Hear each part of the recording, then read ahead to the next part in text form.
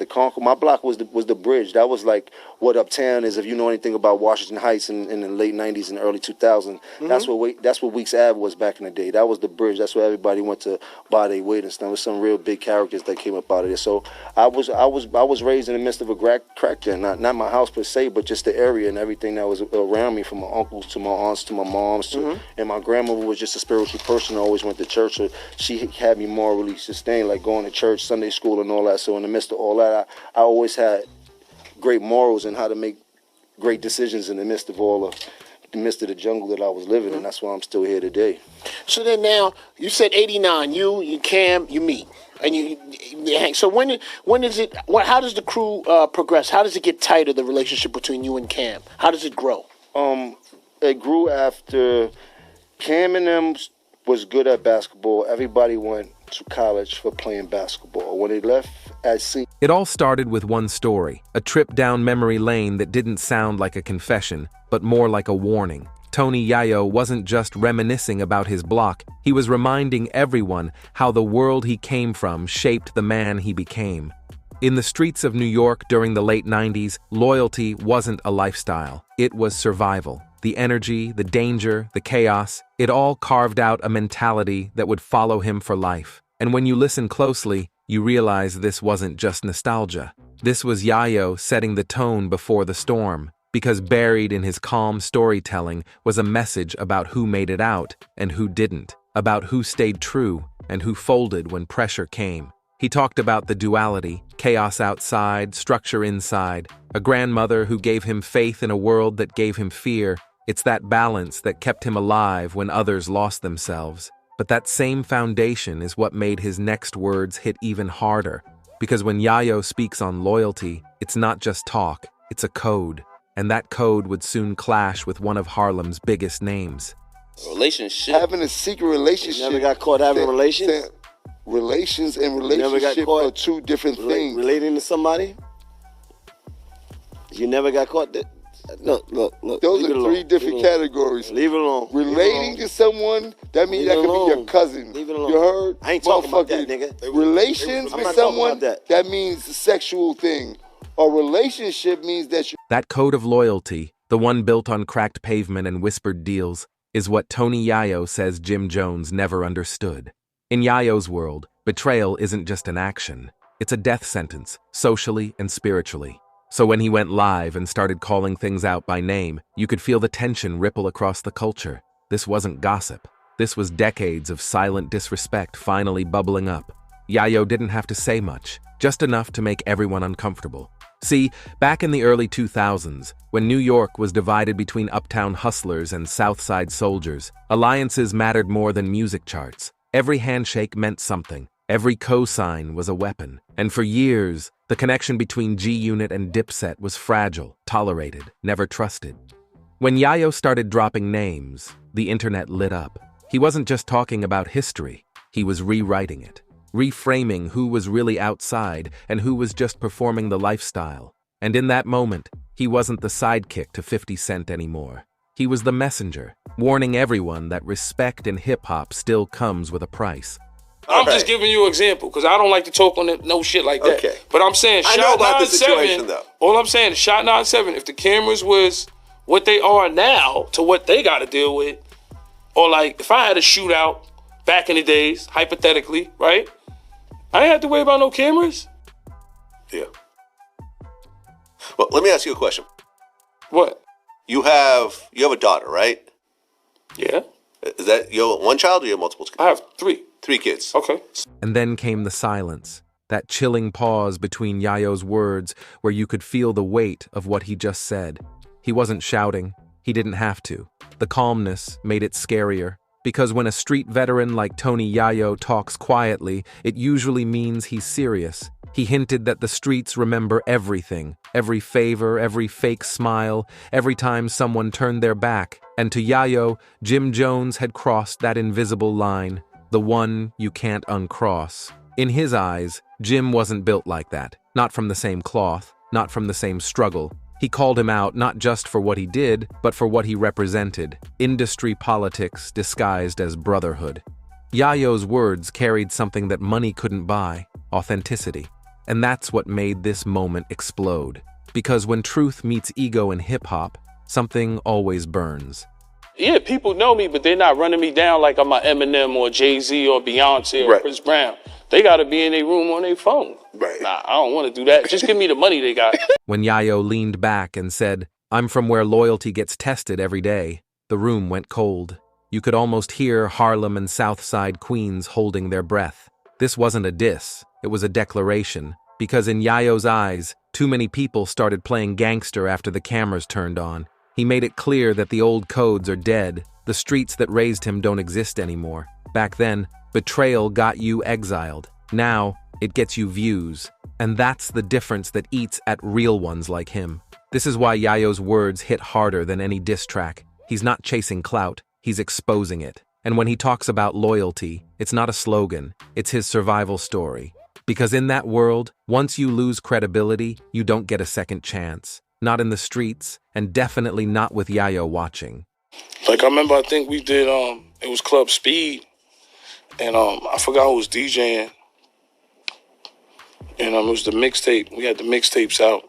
50 was a genius. Because you got to think, 50, we really got like 100 albums out there with mixtapes. Right. We the greatest to do it in New York. But, we went against everybody, so. Really started the mixtape shit. You got to think radio was mad at us, really shot 9-7. Right. You got to remember, niggas got shot in the ass. Right. Yeah, I remember. Yeah, someone was just telling me about that. I got to remind niggas, shot 9-7, that kind of started from. Somebody just told me about that. And we don't try to glorify it, but it's just the truth. Right. Like, so we was hated. There was like a time where like MTV. A whole shootout I had to hide. I remember one time they hid me. They said MTV don't want you here. Right. And then Yayo said something that made fans rewind the clip again and again. A quiet jab wrapped in wisdom. Some of these dudes were actors before they were rappers. That line hit like a gunshot through the timeline, because if you know, you know. He wasn't just talking about Jim Jones. He was talking about the whole facade of fame. In Yayo's world, image don't mean power. History does. And the streets remember who was really there when it mattered. The late nights, the risk, the losses. That's the difference between surviving it and just rapping about it. What made it even colder was his tone. Calm, surgical, confident. He wasn't ranting. He was documenting. The way he spoke felt like he was crossing names off a list, one by one, for the culture to see. And if you paid attention, it sounded like the list wasn't finished. The atmosphere in the live shifted again, but this time it was more subtle. Not the kind of tension that hits immediately, but the quiet, almost invisible kind that crawls into a room and makes you hold your breath. Yayo's posture relaxed, yet his presence filled the frame. It was as if he was letting time stretch itself out, allowing every word from his past to breathe before it landed. There's a difference between speaking loudly to dominate a room and speaking calmly to make people truly listen. Yayo was doing the latter. He began recounting moments that didn't involve guns, cameras, or studio lights, but the invisible markers of respect and accountability, the small, almost unnoticed moments where choices defined a person more than public applause ever could. The late nights driving across boroughs to check on someone's family, ensuring no one got overlooked when opportunities were handed out, the unglamorous work that held crews together. These were the moments that shaped their world. Jim Jones, in response, seemed to shift internally. It wasn't a defensive posture anymore. It was introspection. He began to articulate the kind of responsibility that often goes unnoticed. Managing egos, navigating the complicated hierarchy of influence, knowing when to step in and when to step back, and making decisions that could impact someone's career, or worse, their safety. It wasn't about fame or clout, it was about stewardship, being a guardian of people who look to you as an anchor. And that, Jim wanted the world to understand, carried a toll that no amount of recognition could ever quantify. As the conversation progressed, it became apparent that both men were trying to speak for different types of survival. Yayo spoke for the ones who were shielded by loyalty, the people who could rely on unseen protections because someone larger, someone with power, was looking out for them. Jim, on the other hand, spoke for the ones who bore the burden, who had to make decisions about others' lives while navigating the harsh reality of their environment. Both perspectives were valid, but neither could entirely empathize with the other, and that friction was the heartbeat of the live.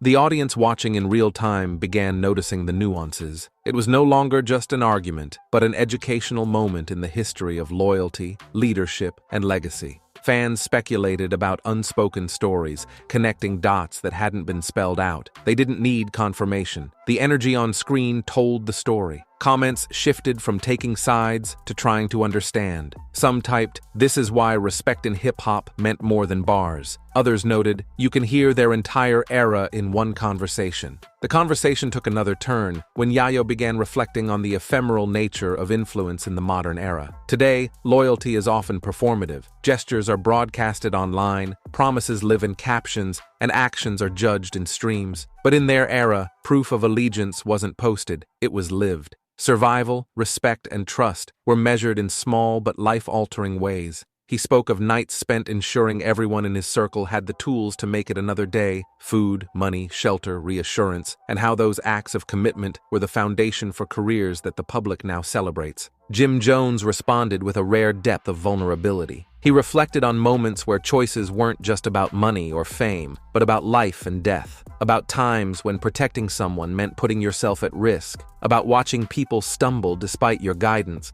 about knowing some losses could never be reversed. And yet, there was also pride, quiet, restrained, but undeniable, in seeing people he helped rise and flourish. The conflict wasn't just between the two men, it was between memory and perception, between history and the public's understanding of it. The live then entered a moment of near silence, not the empty silence of inactivity, but the loaded silence of contemplation. Yayo's eyes scanned the camera like he was searching for understanding, while Jim Jones looked down, caught between defending his legacy and acknowledging the truth of shared hardship. It was the kind of pause that made viewers lean in, rewind, and reflect, because when two people with this level of history meet in dialogue, the words are only half the story. The rest lives in the space between sentences, in the glances, in the tiny exhalations of breath. And then came the reflection that would define the conversation. Both men began talking about what it meant to navigate a world that moves faster than it understands. Fame, influence, and money are fleeting. Loyalties can be twisted by perception, histories distorted by online commentary. But what remains are the moments of unspoken accountability, the nights where decisions ripple beyond the public eye, and the understanding that a life lived with integrity, in action, not performance, is what shapes true legacy. For fans, the live had become less about controversy and more about witness. Witnessing two architects of an era articulate their truths without theatrics. Without theatrics, something that social media had almost erased. They weren't battling for attention. They were documenting survival, stewardship, and the heavy calculus of loyalty. In the closing minutes, both men shifted from recounting history to acknowledging the present. They spoke about how the landscape has changed, how younger artists now navigate a world of optics and impressions, and how true lessons about loyalty and survival are often lost in translation. There was a quiet understanding that despite the tension, despite differing perspectives, both had survived, endured, and shaped culture in ways that fans could only begin to grasp. The live ended not with fireworks, but with reflection, a nod, a look, a subtle acknowledgement of shared history. The chat went quiet, not out of disengagement, but because the moment had transcended entertainment. It had become history in motion. And in that silence, one thing was undeniable: the stories of the streets, of loyalty, of responsibility, of survival. They don't fade with time. They linger in memories, in choices, and in the men who lived them. For viewers, it was more than a live stream. It was a masterclass in understanding the stakes behind every handshake, every decision, and every promise kept. And don't go anywhere. Click the next video you see on your screen for even more juicy celebrity chaos, betrayals, and stories Hollywood doesn't want you to know. See you in the next one.